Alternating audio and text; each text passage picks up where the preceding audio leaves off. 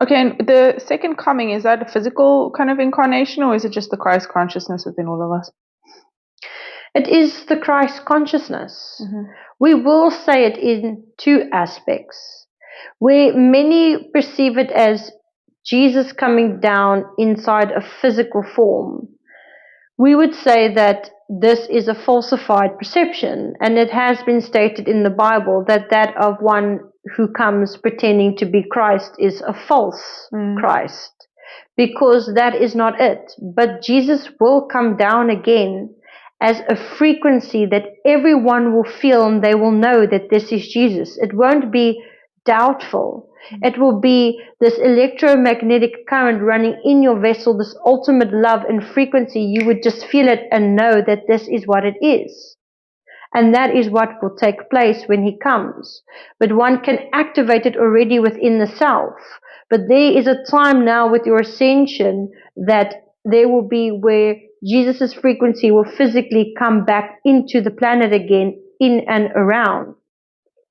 But we will not state more than this. Okay. Because many will fight over it because of their beliefs. Instead of trying to absorb the information, if it does not fit in their structure, they would want to fight about it, which is a normal state. But we would ask that if there are any of those who do not understand this construct yet, to first sit with yourself and work it through before trying to lash at others, as your journey in spirituality is the same as you right now. Think of your thumbprint, think of your vessel. No one is you. Not even twins have exactly the same structures and prints and frequency. Each is so unique.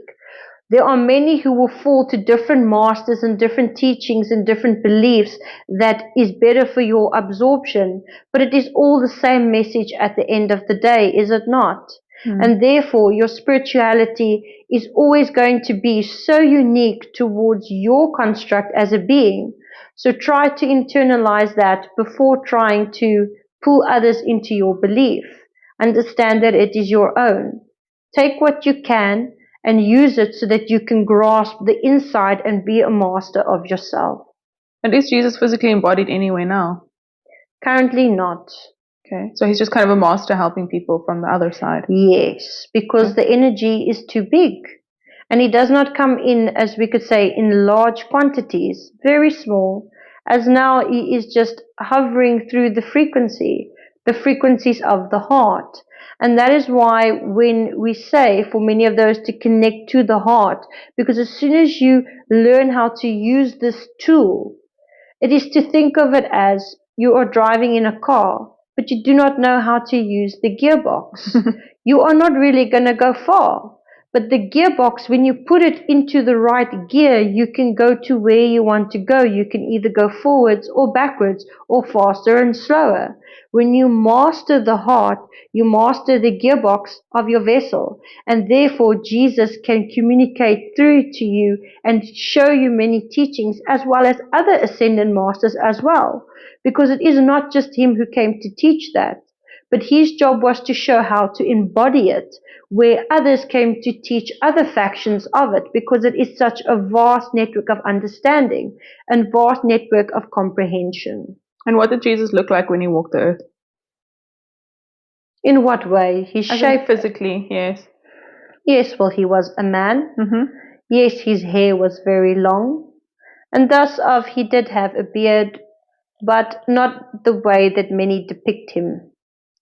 We would not give a lot of details on his facial structures because, again, many have beliefs of what they know and what they have documented, and they do believe that if it is not right towards them, that they would create conflict, and this session is not about that. But we will say that his skin was not of fair. He was not, as we could say, white in nature. He was a darker in nature, more of, as we could say, tanned. Okay. Anything about his hair?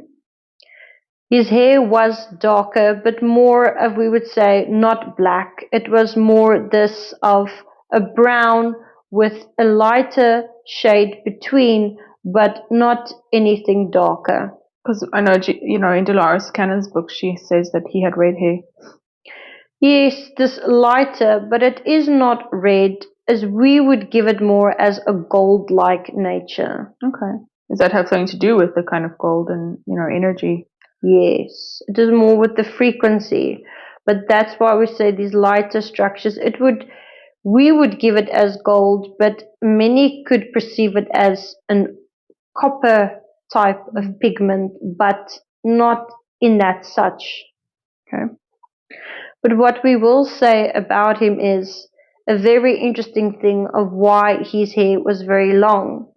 Because at the back of the body, between where the shoulder blades connect, there is a part on the spine that is an influential structure. And the hair is extension of the nervous system, which is a protection. And having it hang over there can protect from entities trying to attach to the vessel. And this is why he would always wear his hair loose. Is it the top of the spine, or where is that? It is at this structure here. Okay.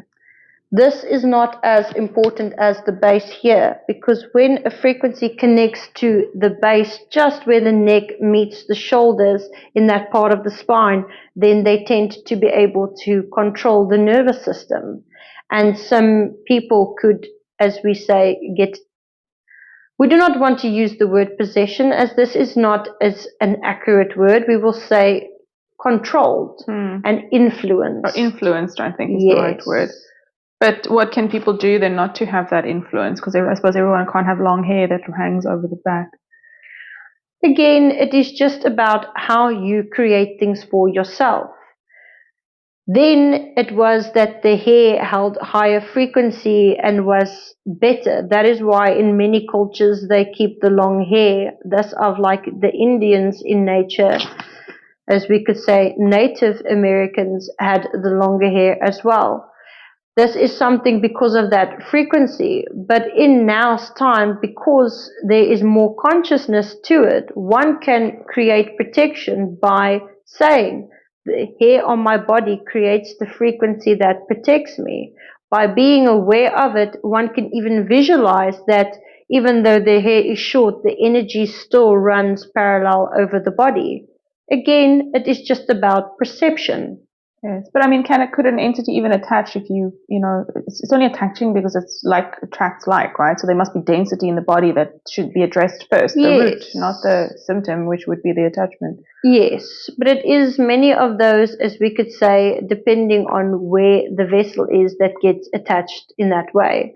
But that is an attachment point for, as we would give bigger energies that cannot be embodied in the body, like what one would perceive disease and different things like that, is all different frequencies, correct, that come and change the construct, which are at a different density than the original state. Now there are bigger entities that want to influence and interact, and they use this type, it looks like a cord that connects to the area. But again, it is what one is putting into the body is what one can radiate without. They are there, but it doesn't mean that they are always interacting with everyone. It is just, again, as you say, like frequency. So therefore, what you put into yourself and how you treat and perceive yourself is what will mirror outward and will be able to be the shield between that. Because it's as within, so without. Yes.